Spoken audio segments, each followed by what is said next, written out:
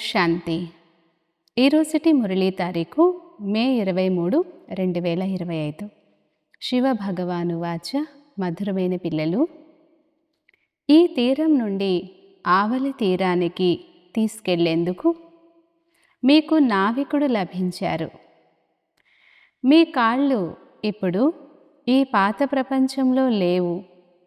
మీ లంగరు ఎత్తబడింది. ప్రశ్న: ఇంద్రజాలికుడైన తండ్రి చేయు మరియు ఇతరులెవ్వరూ చేయలేని అద్భుతమైన ఇంద్రజాలం ఏది? జవాబు: గవ్వ సమానమైన ఆత్మను వజ్రతుల్యంగా తయారు చేయడం, తోటమాలిగా అయ్యి ముళ్ళను పుష్పాలుగా చేయడం. చాలా అద్భుతమైన ఈ ఇంద్రజాలమును తండ్రి మాత్రమే చేయగలరు. ఇతరులెవ్వరూ చేయలేరు. మానవులు ధనము సంపాదించేందుకే జాదూగర్ అని చెప్పుకుంటారు. కానీ తండ్రి చేయు ఇంద్రజాలమును ఎవ్వరూ చేయలేరు.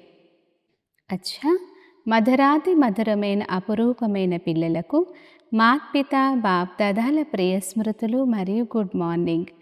ఆత్మిక పిల్లలకు ఆత్మిక తండ్రి నమస్తే.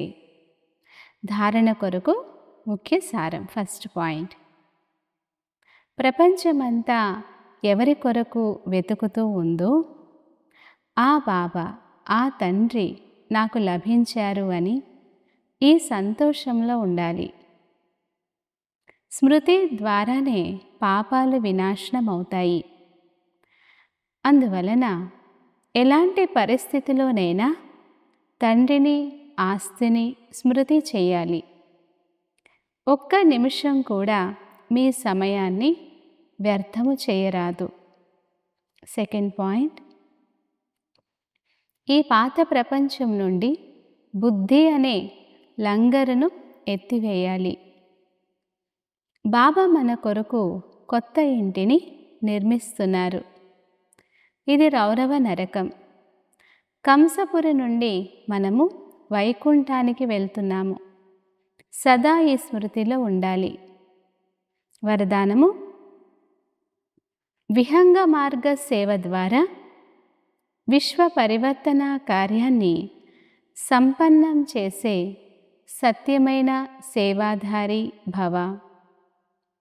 వివరణ: విహంగ మార్గ సేవ చేసేందుకు సంఘటిత రూపంలో జ్ఞానము మరియు యోగము, ఈ రెండిటి బ్యాలెన్స్ అవసరం.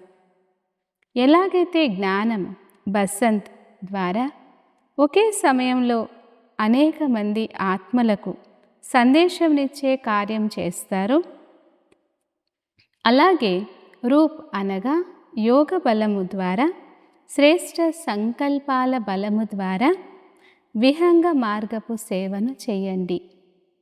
ఇందుకు కూడా అన్వేషణను కనుగొనండి.